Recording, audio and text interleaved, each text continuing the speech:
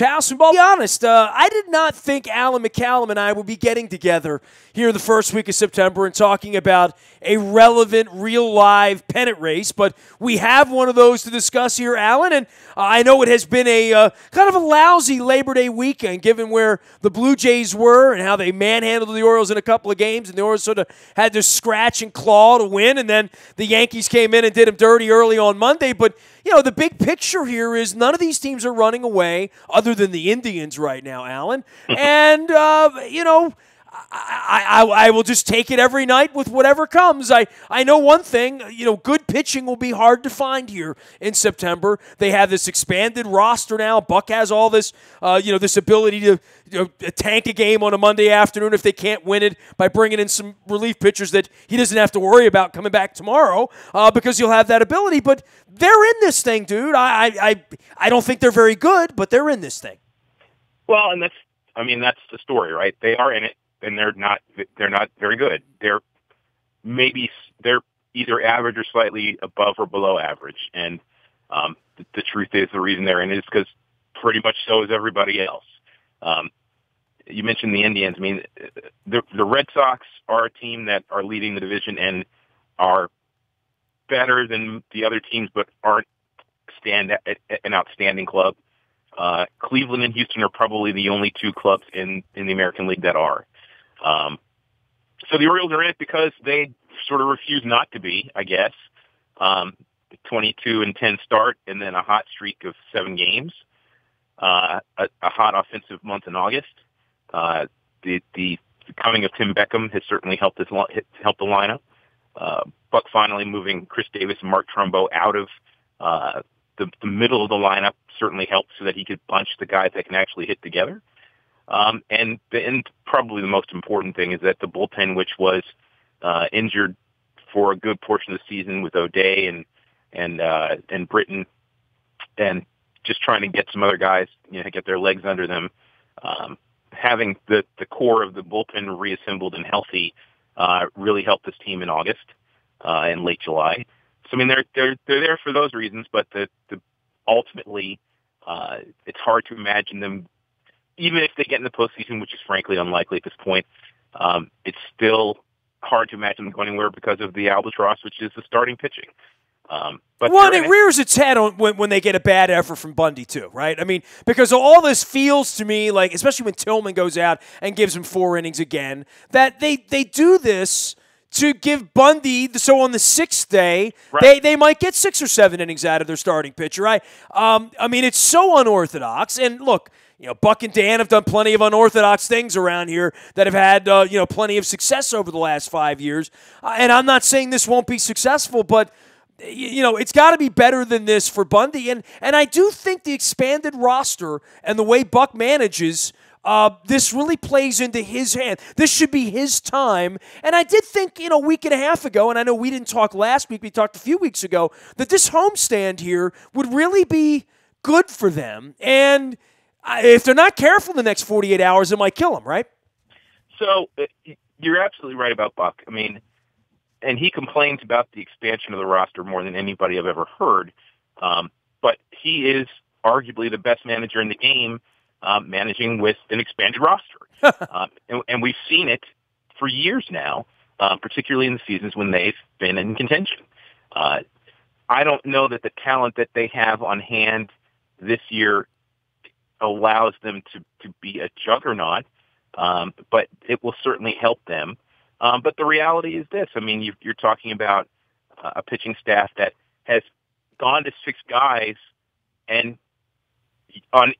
hopefully to rest them, but honestly, you never know what you're going to get from any of them.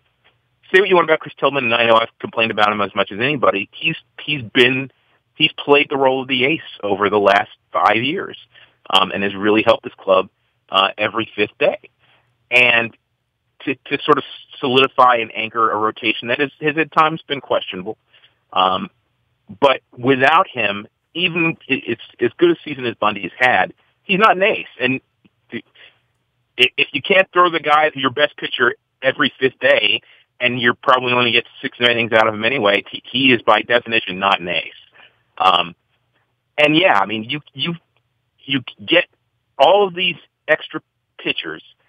You have an extra man in the rotation who, frankly, isn't very good, whether it's Miley, Ubaldo, or Tillman. And you do that to give Bundy an opportunity to be good. And if he's not, it sort of sullies the whole thing. Not to mention that every time Ubaldo or Tillman or Miley go 4 or 5 innings, you're putting that extra taxing on the bullpen. And then you look at the series against the Blue Jays. They split. They had to go 13, right? 13 on Friday, right? 13 and 12, respectively, to win the 2 games they won. The game that you look at the first game where they had a lead. I believe it was 5-0 at one point, then 5-2, and they lose that, and that really hurts. Well, they had a 3-0 lead on the Yankees Monday, right? And Bundy on the hill, right? I mean, that's a game you got to win. That's your ace. You got a 3-0 lead. You're playing at home. Things didn't go well over the way.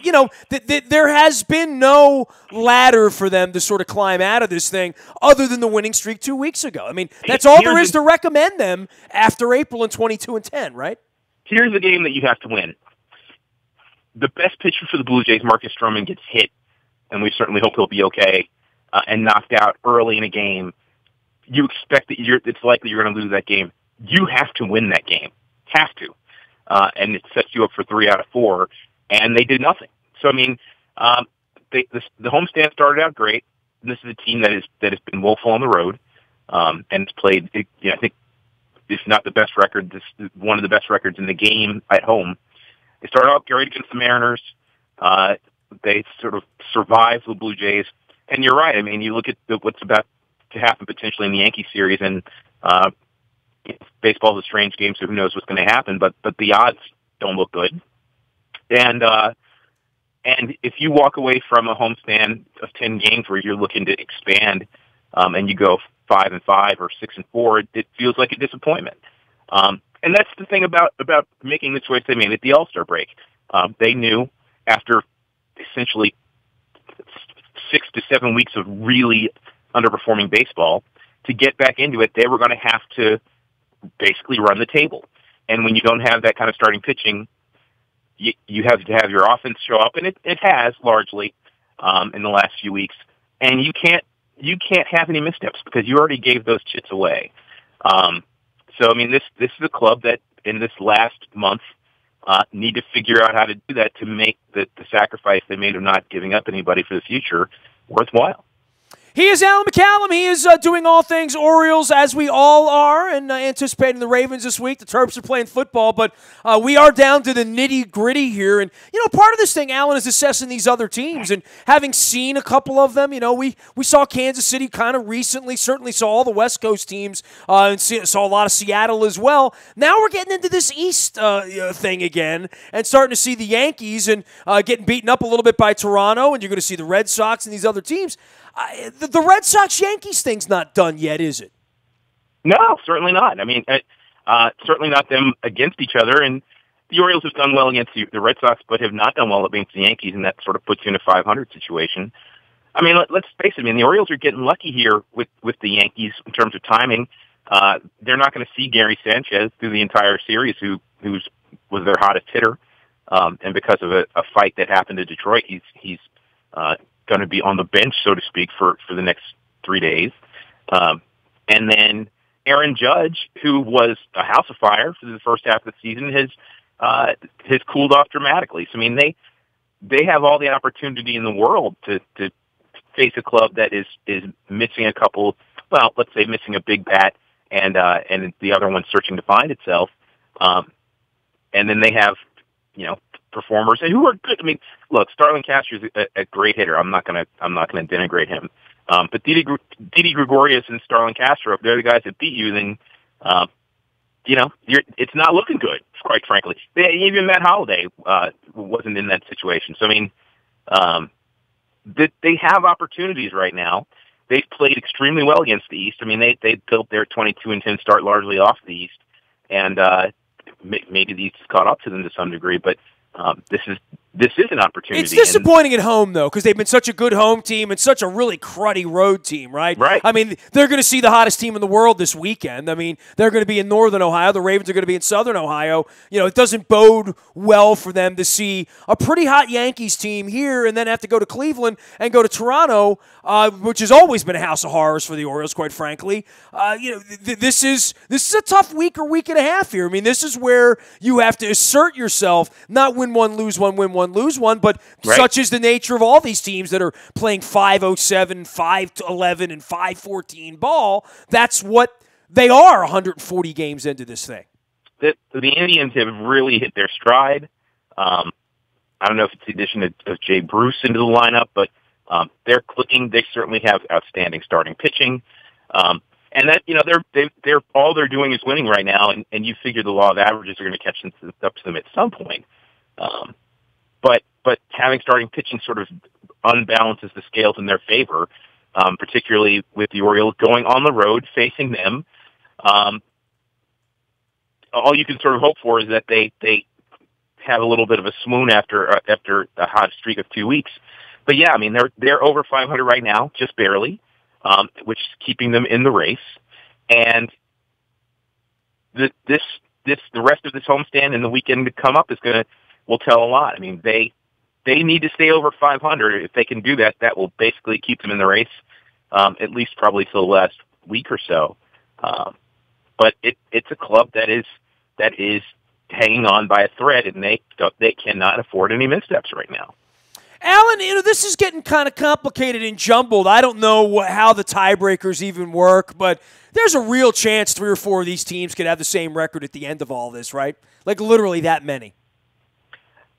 There's a possibility that 3 or 4 teams, and the Angels, the Orioles, the Rays, the Twins, I guess the Rangers in theory. I mean, 4 or 5 teams could finish basically right at the same record, and if that happens, it will be fun to watch and insane for baseball to figure out how they're going to play these games or eliminate teams, because that the advent of the second wild card makes it really interesting in this moment. But yeah, I mean, this could be absolutely insane coming down the stretch if all these clubs hang right about where they are right now.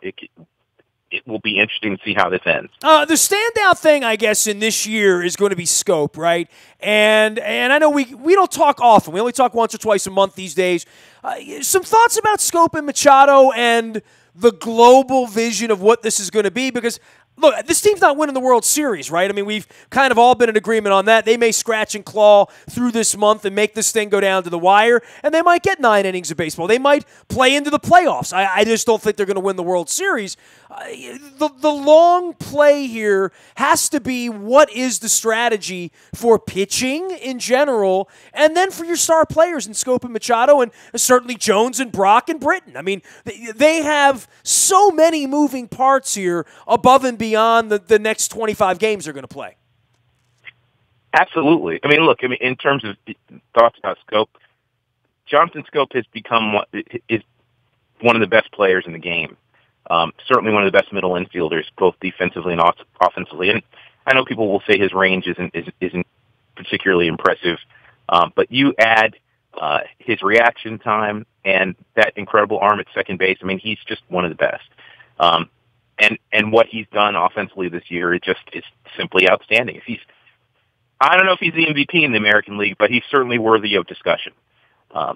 Manny Machado, what Manny Machado has done in the last 5 weeks, 6 weeks, after virtually coming from nowhere, just having an absolutely tens of millions of dollars he's made in the last 6 weeks, right? Tens of millions. No question about it. And he has.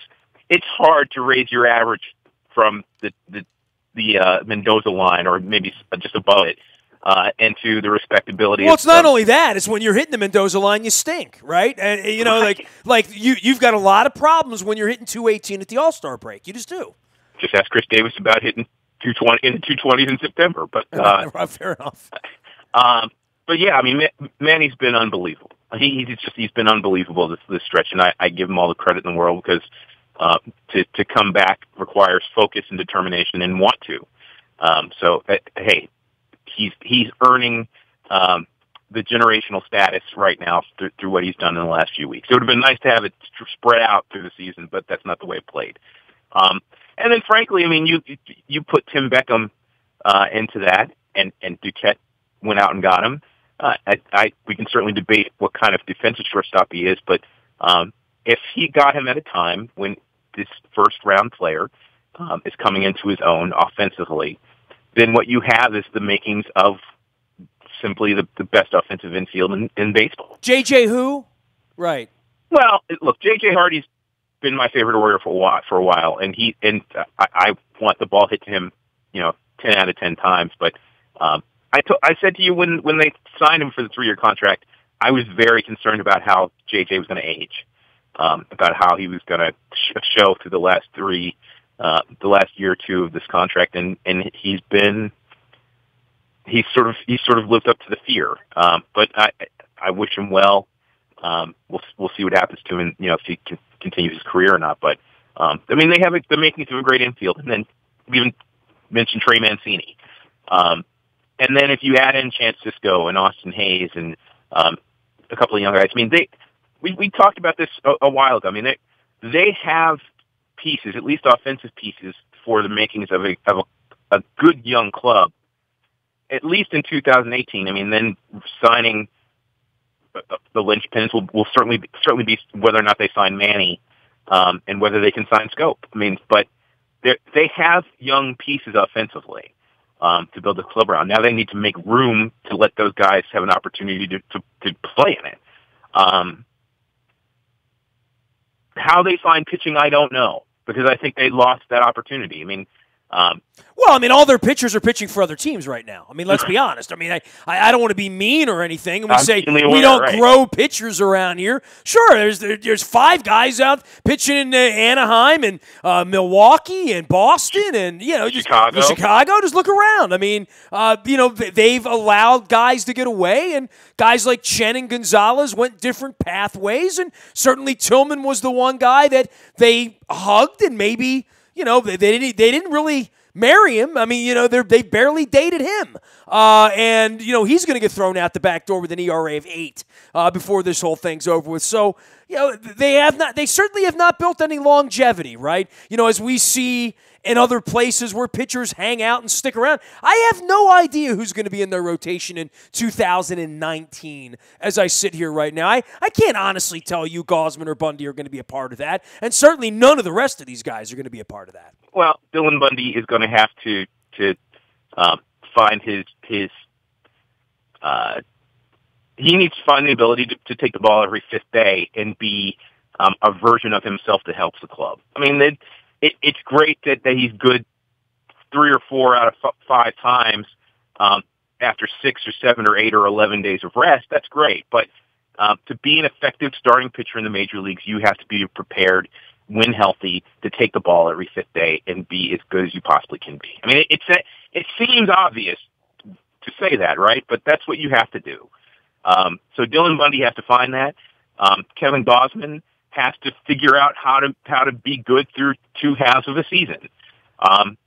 It again seems obvious for that. I'm sure Duquette will tell you that next season they'll give Castro a shot, and he's certainly earned it.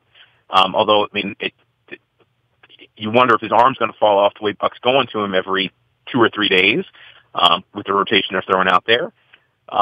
And I heard Duquette touting Hunter Harvey again for the first time in a while. So, I mean, I'm sure that right now he will try and sell you on the bones of the rotation are here.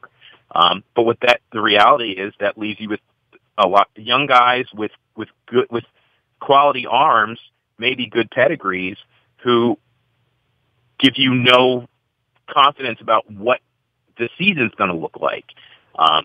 And veteran anchors give you that. It would not surprise me at all if they sign Chris Tillman to a 1-year deal and see if he rebounds next year. But that rotation, I'm not telling you it leaves you without hope, but it certainly doesn't instill great confidence in you either. So I mean, his priority this offseason is going to have to be finding starting pitching and finding real starting pitching that can carry you through a season, even if it's one guy, to have the ability to solidify or to help solidify a rotation around, it makes a difference. Because this 6-man thing with no one that you know what you're going to get from them, it just that if they go through that again next season, I don't know how they're frankly where they are right now. He is Alan McCallum. He has been our baseball friend and insider for 2 decades now. And so we're going to get together 2-3 weeks from now, still be talking about this team, Alan. You don't see the fold coming here, right? I mean, I am a little worried about the road coming up this week and the fact that they did not pad themselves here at home. I don't believe they're going to fold. If they haven't folded at any point so far, I don't believe they'll fold in September. Like I said, I think Buck is the best with expanded rosters. I think that they will hang around till probably the last week of the season. But I think the Blue Jays in the last series, the Red Sox and maybe Tampa will help them. But we'll see. I mean, I don't see them folding. I don't necessarily see them being a playoff team. And even if they do get that last wild card spot, I'm sorry. I think there's no way this team can win the World Series. There's just no way. So if their goal was to keep people interested through the months of August and part of September, I believe that they have accomplished that goal. I just don't think that goal was the right one to achieve or attain. But that we're talking about it now, looking back in late June, and the thoughts about the team, that they are still relevant and that we're still having that conversation, is both a testimony to the club and the backbone of the guys on this club.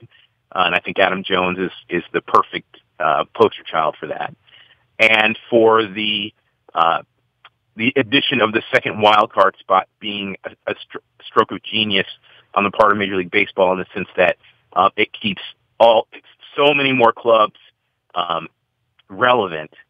It's a hell of a month we have here for all these teams. I mean, if you're a fan, right? I mean, this is, if you're even in your Seattle, I mean, Anaheim's been holding on a couple of years. Minnesota's been waiting around for the team to be good. I mean, Tampa doesn't have any fans, but I mean, if they did, they could be excited by that. Yeah, I mean, this would be all. Look at the National League right now. I mean, there is no race, really. I mean, the Central a little bit, but nothing like this is going on anywhere in the East, and certainly not for the dreg teams, right? There's a lot of bad teams in the National League. There are probably 10 to 12 teams in baseball that are relevant in being helped by the addition of the second wild card, and that means more than half of baseball, if you add the division leaders, their fan bases should still be engaged. And if it were just one wild card team, you'd probably have a third, and that's significant. So yeah, I mean, it was a good move, and it has made baseball seasons far more interesting the last few years. There's no question about that. Whether or not and what it also what it also ends up doing is showing you whether or not your management team is how intelligent they are, what kind of gamblers they are, if they're forward looking, and basically with the state of your organization. I mean, I think it really it pulls out what a team's management base is and how they think. Because you have to make a big decision at the trade deadline and at some other points in the season, and whether or not you think you can get in will tell you a lot. It really does. All right, man. Well, rest up. We got plenty of baseball to watch. He is Alan McCallum. I am Nestor. I'm out in the buyatoyota.com audio vault 24 hours a day from anywhere in the world on your mobile device. You can listen anytime, anywhere, to what you want, the way you want. No static at all. That is our buyatoyota.com audio vault. Morning newspaper ships to your email inbox each and every morning at 7 a.m. digitally. It's all brought to you by Planet Fitness and PlanetFitness.com. It's still $10 a month to get in the best shape of your life there. Get some inspiration at Planet of Triumphs now that the kids are back to school. Last but never least, any breaking news is going to happen first on the WNST text service. That's all brought to you by Coons Ford of Security Boulevard. Dennis Kolatzis is excited. He'll be here on Thursday from 3 until 5, driving you home with the SSV on WNST. I will be participating as well. Luke's out in Owings Mills. We're at the ballpark this week. Birds are off to Cleveland on the weekend. We got plenty of things going on. Terps with the big win down in Texas and entertaining the Towson Tigers. So, big week around here. I am Nestor. You can find me out on Facebook, Twitter, LinkedIn, Snapchat, Instagram, streaming live on our Facebook as well as our YouTube WNSTV channel. I'll be in Cincinnati this weekend. We will be in London later on in the month. Our big party is 2 weeks from Saturday on the 23rd at the outside of the O2 Arena. We're going to be taking the cable cars over the River Thames from the Fox at XL Bar. Hope that everybody stops by and says hello, has a few beverages with us on Saturday the 23rd in jolly old London on the East Docklands area of London. I am Nestor. We are WNST.net, AM 1570, and WNST Towson, Baltimore, and we never stop talking Baltimore sports.